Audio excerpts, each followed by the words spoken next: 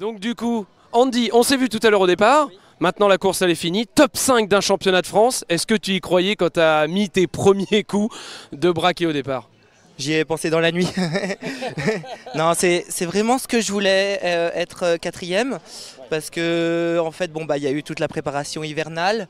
Après, c'est clair que le monsieur Sébastien Rio, qui a gagné la Coupe de France l'année dernière, j'espère quand même un de ces quatre passer devant. Mais à la Coupe du Monde en Belgique, j'ai vu qu'il est encore plus fort que moi cette saison. Donc je me suis dit déjà gagner 2 places sur des coureurs nationaux avec lesquels on était au coude à coude la saison dernière et avec lesquels on bataillait. Déjà ça va me redonner un peu plus d'air pour sauver ma place pour la Coupe de France Cofidis là, au niveau du classement pour 2023.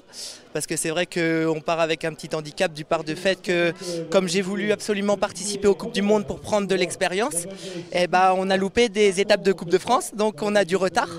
Et ben, il faut pouvoir le rattraper par rapport aux autres, mais je pense que ça va le faire.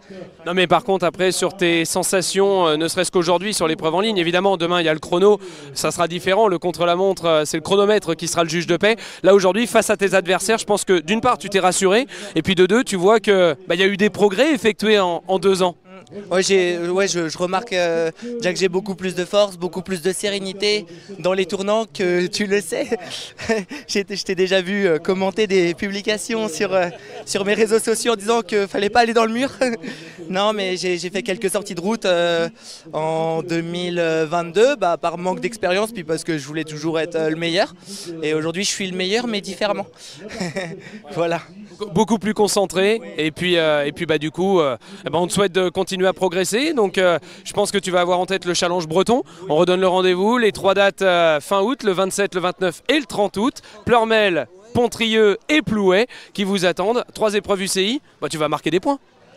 Surtout Plouay sur le circuit des professionnels avec la fameuse côte du Lézo qu'on connaît bien. C'est un circuit sur lequel j'étais 3e l'année dernière et j'espère refaire une performance semblable, voire bien meilleure. Voilà, et puis pour la petite anecdote, eh bien, Andy Biré est également notre coup de cœur l'an passé du Trophée Madio Crédit Mutuel, un challenge ouvert aux coureurs de 15 et 16 ans, donc les cadets valides. Andy était notre coup de cœur l'an passé et je vais lui demander là gentiment si tu es dispo le dimanche 6 août. Est-ce que tu serais dispo à ce moment-là? C'est pour le Trophée des Nations? Non, le 6 août c'est quoi? Le 6 août, on fait une manche du Trophée Madio à Saumur pour la première fois et je serai heureux de te compter en parrain de l'épreuve. Il me semble que oui, le 6 août je suis disponible et de par le fait que déjà cette année je ne pourrais pas participer à Renazé, de par le fait que le contre-la-montre n'est pas organisé, et je vais me rattraper sur Saumur du coup. Alors Saumur ça ne sera pas un chrono, ce sera une épreuve en circuit, mais voilà, je veux un parrain de l'épreuve, tu auras le droit de faire un tour en voiture, tu pourras profiter de l'épreuve. Merci Andy d'avoir accepté. Donc voilà, merci à Andy Biré, le coureur du team Poitiers Paracycliste qui était avec nous. Je te laisse te reposer parce que demain, il y a chrono. Merci Andy.